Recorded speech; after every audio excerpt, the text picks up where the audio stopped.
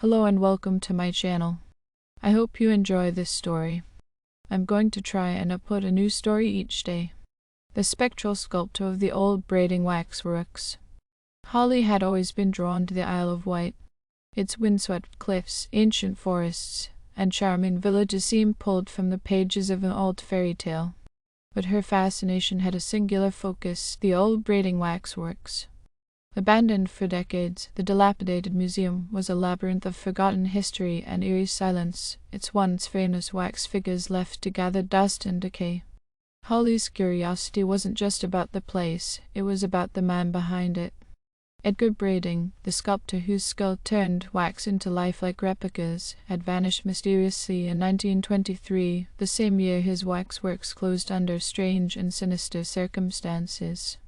Rumors swirled about the artist who had gone mad, claiming his statues had begun to move on their own.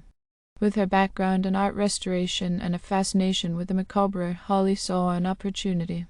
She purchased the property and moved in, intent on reviving the old wax figures and uncovering the truth behind Edgar Braiding's disappearance. Armed with her tools, she began the meticulous process of restoring the sculptures. Days turned into weeks as Holly worked in the dusty halls. Each statue she uncovered seemed almost too real, their eyes following her as she moved about. She dismissed the feeling as her imagination playing tricks on her in the shadowy, candle-lit museum. One evening, while working on a particularly detailed figure of a Victorian woman, Holly noticed something peculiar. Beneath the layers of grime and time, the woman's eyes seemed to glisten with a life of their own. Her hands trembled as she cleaned the face, revealing a terrifyingly lifelike visage beneath. "Help us!" a whisper echoed through the room. Holly spun around, her heart pounding. The hall was empty, save for the wax figures and the flickering candles casting long, dancing shadows. She shook her head, trying to dismiss the voice as a figment of her imagination.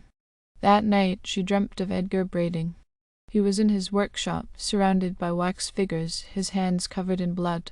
He sculpted feverishly, and with each touch, the statues seemed to pulse with life. Holly watched in horror as the figures moved, their eyes filled with fear and pain. Edgar looked up at her, his face twisted in madness. "I gave them life," he said. "Now they want mine." Holly woke in a cold sweat. Determined to uncover the truth, she delved into the history of the waxworks and discovered Edgar's dark secret. He had been more than a sculptor, he had been a practitioner of dark arts, using forbidden rituals to trap the souls of his subjects in wax, granting them eternal life in a prison of his own making. The more Holly learned, the more the statues seemed to come alive around her.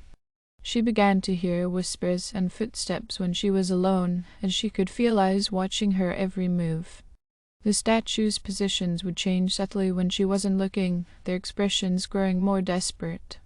One stormy night, as lightning flashed and thunder rumbled, Holly confronted the statue of the Victorian woman. "Who are you?" she demanded, her voice shaking. "What do you want?" The statue's eyes flickered with a spark of life. "Release us," it whispered. "Free us from this torment." Holly's heart raced. She had to find a way to undo Edgar's dark magic. She scoured his old journals and books, finding references to rituals and incantations that could potentially break the enchantment. But the instructions were vague and fraught with warnings of dire consequences. Desperate, Holly decided to attempt the ritual. She gathered the necessary items, a mixture of herbs, candles, and a ceremonial dagger, and sat up in the main hall, surrounded by the lifelike statues. As she began to chant the ancient words, the air grew thick with a palpable tension. The candles flickered wildly, and shadows seemed to dance and writhe on the walls. Suddenly, a deafening crack of thunder shook the building, and the statues began to move. Holly's chant faltered as the figures stepped down from their pedestals, their eyes filled with rage and anguish. "You cannot save us," they cried. "We are doomed to suffer for eternity." Holly tried to continue the ritual, but the statues closed in, the waxen hands reaching for her. "Edgar must pay," they hissed. "He must suffer as we have." A chilling realization struck Holly. Edgar's soul was still bound to the waxworks, trapped in a statue hidden somewhere within the museum. If she could find and destroy it, she might be able to free the others. With newfound determination, Holly broke free from the statue's grasp and ran through the dark halls, searching desperately for Edgar's likeness. The statues pursued her, their movements growing more frantic and violent. She stumbled upon a hidden door behind a tattered curtain leading to a forgotten room. Inside, illuminated by a single flickering candle, stood a statue of Edgar Brading, his face frozen in an expression of terror. Holly grabbed the ceremonial dagger and, with a prayer, plunged it into the statue's heart. A blinding light filled the room, and a chorus of screams echoed through the halls. The statues convulsed and crumbled to the floor, their waxen forms melting away to reveal the skeletal remains of their true selves. The air grew still, and a profound silence settled over the waxworks. Holly collapsed to the floor, exhausted and shaken. As the first light of dawn broke through the windows, she felt a sense of peace wash over her. The spirits had been freed, and the curse lifted. She had uncovered the dark truth of Edgar Brading's artistry and put an end to his macabre legacy. But as she left the old Brading Waxworks, Holly couldn't shake the feeling that some remnants of the past might still linger in the shadows, waiting for the right moment to awaken once more. Months passed since the harrowing night Holly freed the trapped souls from the old Brading Waxworks. She had resumed her life, but the events still haunted her dreams. The once abandoned wax museum stood as a silent monument to the horrors she had uncovered, its doors now sealed to prevent anyone else from falling victim to its sinister past. Despite her efforts to move on, Holly felt an inexplicable pull towards the waxworks. She couldn't help but feel that her work there was not truly finished. Night after night, she dreamt of the figures she had liberated, their ghostly forms whispering secrets she could barely comprehend. One particularly cold evening, Holly received a letter in an old-fashioned, elegant script. The sender was anonymous, but the message was clear: "Come back to the Waxworks. There is more you need to see." Against her better judgment, Holly decided to return. Armed with a newfound resolve and a sense of purpose, she made her way back to the Isle of Wight. The Wax Museum stood as she had left it, its grand facade marred by age and neglect. As Holly unlocked the door and stepped inside, a chill ran down her spine. The air was thick with the musty scent of old wax and forgotten memories.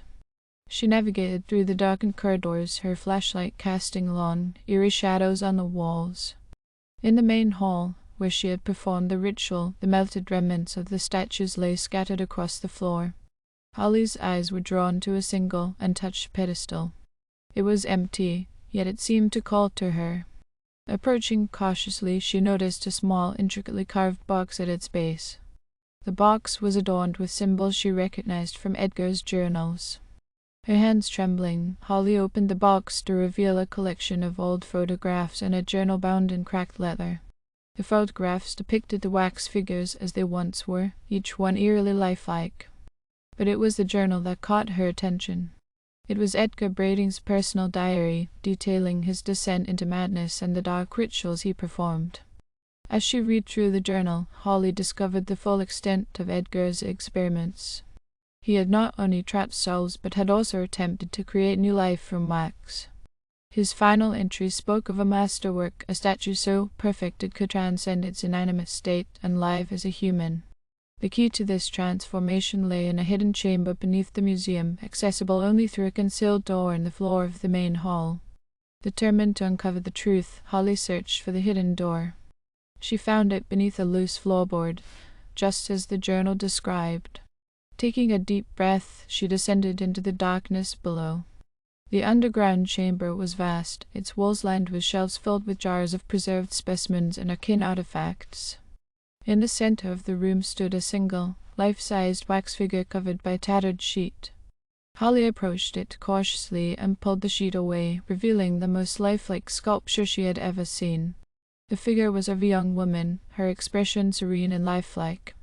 Holly felt an overwhelming sense of familiarity as she stared into the statue's eyes. It was as if the figure was looking back at her, its gaze filled with a mixture of sorrow and longing. Suddenly, the room grew cold and the air hummed with an otherworldly energy. The wax figure's eyes seemed to shimmer with a faint, inner light. Holly took a step back as a voice echoed in her mind. "Release me." Holly realized with a shock that this was Edgar's masterwork, the culmination of his dark artistry. The soul within the statue was still trapped, yearning for freedom. She knew what she had to do. Drawing on the knowledge she had gained from Edgar's journals, Holly prepared a new ritual, one that would not just release the soul but also destroy the cursed magic that bound it. As she chanted the incantation, the chamber filled with a blinding light. The wax figure began to glow, its form melting away to reveal the spirit within. The young woman's apparition emerged, her expression one of profound relief and gratitude. "Thank you," the spirit whispered before dissolving into the light. Holly felt a rush of energy as the curse lifted, the oppressive atmosphere of the waxworks fading away. She climbed back to the main hall, the weight of the dark history finally lifted from her shoulders. Exiting the waxworks, Holly locked the doors for the last time.